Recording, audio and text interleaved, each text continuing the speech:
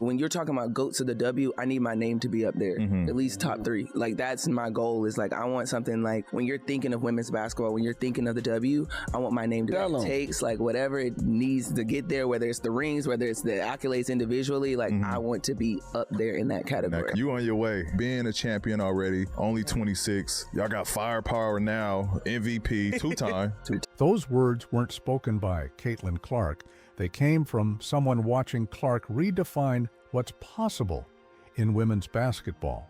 And that distinction matters more than you might think, because Forbes just released their 2025 ranking of the most powerful women in sports, and the reaction from inside the league has been nothing short of explosive.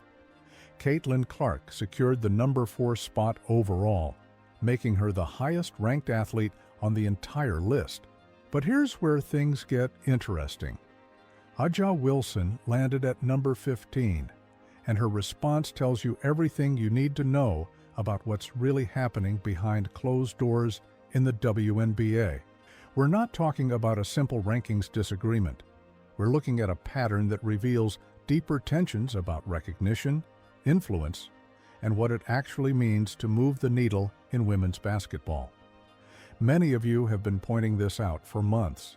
The numbers don't lie, and neither do the reactions when those numbers get published. If you believe the story behind the story matters more than the headlines, hit that like button. It tells us we're asking the right questions.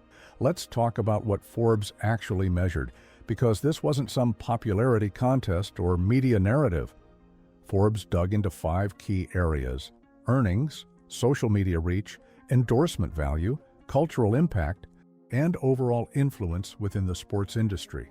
They used proprietary team valuations, company revenue figures, media mentions, and engagement data. This was a comprehensive analysis of who actually drives the business of women's sports in 2025. And Clark didn't just make the list. She dominated every single category that mattered. Her estimated annual income hit $8.1 million. That number represents more than just personal success. It signals a fundamental shift in how female athletes are valued professionally. The average WNBA rookie walks away with roughly $60,000 after their first year. Clark walked away with $8.1 million. Let that sink in for a moment. These figures have made seasoned veterans question everything they thought they knew about the financial ceiling in women's basketball. Here's what makes Clark's earnings even more remarkable. Her actual WNBA salary was pocket change compared to what was happening off the court. The league minimum for rookies sits around $64,000, and Clark's base pay wasn't much higher. But while other first-year players were calculating grocery budgets and splitting rent, Clark was sitting in boardrooms negotiating deals worth more than entire franchise valuations. MVP tweet on Twitter: Clark has been named Time Magazine Athlete of the Year. This is a big-time accomplishment for the young rookie already broke. Caitlin Clark has been breaking records, setting records. The Nike contract established the tone for everything that followed. 8 years, $28 million guaranteed. That deal alone placed Clark in territory no WNBA player had ever touched. Most veterans in the league have never seen a single endorsement deal worth a fraction of that amount. Clark secured generational wealth before her first professional season even tipped off. But Nike was just the beginning. Gatorade came calling next, and this partnership put Clark in company reserved for the absolute elite. We're talking about the same brand association as LeBron James and Serena Williams. No WNBA athlete had ever reached that level of corporate recognition. Gatorade doesn't just hand out partnerships to anyone. They invest in athletes who can move products and shift culture, and that's exactly what Clark was doing from day one. Wilson Sporting Goods added another layer to Clark's growing empire.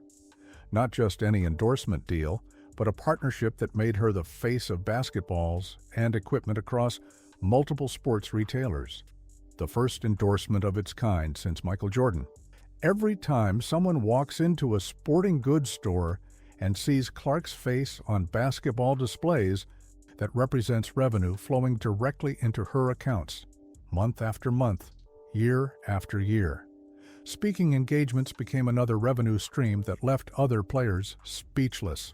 Clark started commanding appearance fees for corporate events and conferences that exceeded what some WNBA players earn in entire seasons. Companies weren't just paying for her basketball expertise, they were investing in her ability to draw crowds and generate buzz around their events. The demand kept growing, and so did the fees. The television numbers tell the real story behind Clark's earning power. Games featuring Clark saw viewership jump by 400% compared to typical WNBA broadcasts. Networks started bidding against each other for rights to broadcast fever games. Advertisers lined up to buy commercial time during Clark appearances. Revenue streams that had never existed in women's basketball suddenly became major profit centers. Stadium attendance followed the same pattern. Cities hosting fever games saw ticket sales surge beyond anything they had experienced. Merchandise sales spiked everywhere Clark played. Local businesses around arenas reported increased foot traffic on game days. Clark wasn't just playing basketball, she was driving economic activity across entire metropolitan areas. That kind of impact doesn't go unnoticed by Forbes analysts. Her social media presence translated directly into marketing value that brands couldn't ignore. Millions of followers engaged with every post, creating advertising reach that traditional sports marketing rarely achieves. Companies realized Clark could access demographics that had never shown interest in women's basketball before. Young families, corporate executives, casual sports fans who had never watched a WNBA game in their lives, all of them were suddenly tuning in because of one player. Is there anybody in the NBA under the age of 30 that's a bigger name, bigger draw, bigger star than Caitlin Clark? That is a genuine, serious question. Anthony Edwards? No. Shea? No. Jason Tatum? No. Jaylen Brown? Nope. Luka? Nah. Victor Wembanyama, the Forbes ranking as the top basketball earner made the financial gap crystal clear. Clark's $8.1 million dwarfed the next closest player, Sabrina Ionescu, who earned $6.3 million. That difference represents the premium brands were willing to pay for Clark's unique combination of talent and marketability. Corporate America recognized what basketball fans already knew. Clark possessed something special that couldn't be taught or replicated. Now let's talk about Aja Wilson's placement at number 15. Wilson is a phenomenal player, two-time MVP, championship winner, Olympic gold medalist. Her basketball resume speaks for itself. But Forbes wasn't measuring basketball accomplishments in isolation. They were measuring power, influence, and economic impact. And in those categories, the gap between Clark and Wilson tells a story that goes beyond stats and trophies. Here's what many of you have been noticing for months, and it's time we address it directly. The reaction from certain corners of the league when Clark's achievements get recognized hasn't been about celebrating progress for women's basketball. It's been about protecting territory and maintaining status quo. Reading between the lines of social media posts and public statements reveals a pattern that's hard to ignore once you start paying attention. Is there anybody in the NBA under the age of 30 that's a bigger name, bigger jaw, bigger star than Caitlin Clark? That is a genuine, serious question. Anthony Edwards? No. Shea? No. Jason Tatum? No. Jaylen Brown? Nope. Luka? Nah. Victor Wembanyama? Let's filter out the noise and look at what actually happened when these rankings dropped. Wilson's social media activity tells one story. Her public statements tell another. And the gap between those two narratives reveals everything about how some established players are handling the shift happening in women's basketball right now. What do you think drives these reactions? Drop your thoughts in the comments, because this conversation matters for the future of the league. Wilson has built an impressive career over years of dedication and hard work. She's earned her accolades through performance on the court. Nobody's disputing her talent or her accomplishments. But talent and accomplishments don't automatically translate to cultural impact or commercial influence. And that's where the disconnect seems to be happening. Forbes wasn't ranking the best basketball players. They were ranking the most powerful women in sports. Those are fundamentally different measurements. Clark's cultural impact measurement revealed something that goes beyond traditional sports metrics. Time's 2024 Athlete of the Year is Caitlin Clark. Obviously, everyone was talking about Caitlin Clark. I mean sales, you know. She brought completely new demographics into women's basketball.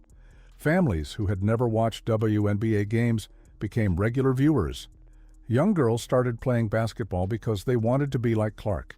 Corporate executives who had ignored women's sports suddenly saw profit potential they had never recognized before.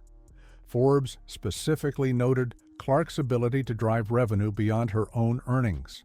Venues hosting fever games saw ticket sales surge. Cities experienced increased tourism and local business revenue on game days. Broadcast networks bid against each other for rights to air Clark's games. She created economic activity that rippled through entire communities wherever she played. That's not hype. That's measurable economic impact that shows up in revenue reports and attendance figures. Her crossover appeal into other sports demonstrated influence that transcended basketball completely. Clark participated in pro-am golf tournaments that attracted mainstream media coverage. Sports networks featured her appearances across different athletic events. This multi-sport recognition represents visibility that very few WNBA players have ever achieved. And it speaks to something larger about her marketability and cultural relevance. The endorsement portfolio diversity set Clark apart from typical single-sport athletes. Brands saw her as more than just a basketball player. Nike, Gatorade, and Wilson each approached Clark differently, recognizing her potential to reach audiences beyond traditional basketball fans. Her deals reflected marketing strategies usually reserved for global superstars who compete in multiple sports or entertainment industries. That level of commercial appeal doesn't happen by accident. Now, connecting the dots reveals an interesting timeline. When Clark's Nike contract was announced, there were whispers. When her Time magazine Athlete of the Year honor came through, the reactions intensified. And when Forbes published their ranking with Clark at number 4 and Wilson at number 15, the response from certain players reached a new level. We're getting into speculation territory here, but multiple sources close to the league suggest tension has been building behind the scenes for months. Social media became the battlefield where these tensions played out. Subtle posts, cryptic comments, likes and unlikes that eagle-eyed fans tracked and documented. The WNBA community started buzzing about patterns in how certain players were engaging with Clark-related content, or more accurately, how they weren't engaging with it. The silence became as loud as any direct statement. Wilson's public statements about Clark have walked a careful line, praising her impact while simultaneously emphasizing that other narratives exist in the league. Acknowledging her talent while making sure everyone knows she's not the only story worth telling, there's nothing wrong with that perspective in isolation.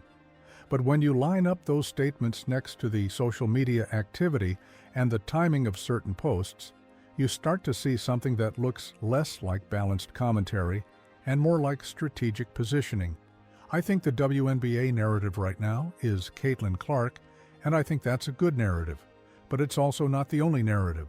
Caitlin is an amazing generational talent, and she's going to do amazing things. You the number one pick. People are going to go after you. Here's what that statement really means when you break it down. Yes, Clark is talented. Yes, she's bringing attention. But don't forget about everyone else. Don't let her overshadow the work we've been doing. Make sure the credit gets distributed appropriately. It's a defensive posture disguised as inclusive thinking, and fans have been picking up on it for months now. The Forbes ranking made it impossible to ignore these dynamics any longer. Clark landed at number 4 on the overall list, making her the highest-ranked athlete among all the women included. She beat tennis legends who have been building their brands for decades. She surpassed Olympic champions with years of international recognition. Clark accomplished in 1 year what most athletes spend entire careers trying to achieve. And that rapid ascent created ripples that some people clearly weren't prepared to handle gracefully. Wilson's career trajectory followed the traditional path. Work hard, win championships, build your brand slowly over time, hope the recognition comes eventually. That's how it's supposed to work in women's basketball. Then Clark showed up and rewrote the entire playbook in 12 months. She didn't wait her turn. She didn't defer to veterans. She didn't apologize for the attention. And that disrupted expectations about hierarchy and recognition in ways that made some people uncomfortable. But just don't want to not utilize this opportunity to thank Caitlin for what she's done for women's basketball. Like her shoulders were heavy and getting a lot of eyeballs on our game. And sometimes, as a young person, it could be a bit much. But I thought she handled it with class. And I hope that every step of the ladder of success that she goes, she's able to elevate whatever role she's in. Notice the framing there. Thank Caitlin for the burden she carried. Acknowledge it was heavy. Praise her for handling it with class. That's the kind of statement that sounds supportive on the surface, but carries layers underneath. It positions Clark's success as something that happened to her, rather than something she created through talent and work. It suggests the attention was almost too much, implying she might not have been ready for it. Subtle undermining dressed up as compliment. The reality is this. Clark's Forbes recognition proves that talent paired with authentic personality creates momentum that traditional career paths can't match. Her influence reaches beyond basketball courts into boardrooms and living rooms across America. She's changed the conversation about what's possible for female athletes financially and culturally. And some people are celebrating that progress, while others are struggling to accept what it means for their own positions in the hierarchy. Wilson can keep posting carefully worded statements and managing her social media presence strategically. Clark's impact has already reshaped the landscape. The 2026 season represents everything Fever fans have been waiting for. They're watching the foundation of something built around a player who transcends sports entirely. Revenue numbers, attendance figures, endorsement deals, cultural recognition, every metric points in the same direction. You were onto something when you noticed these patterns months ago. The numbers validate what you've been seeing play out in real time. So here's my question for you. What do you think happens next as Clark continues to break barriers and redefine expectations? How do you see these dynamics playing out over the next few seasons? Let me know down in the comments below, because this conversation is just getting started. If you want to stay ahead of the narratives and understand what's really happening in women's basketball, smash that subscribe button and turn on notifications. We're going deep on the stories that matter, the dynamics that shape the league, and the numbers that reveal the truth. Click that video on the screen for more on how Clark is changing the game, and we'll see you in the next one.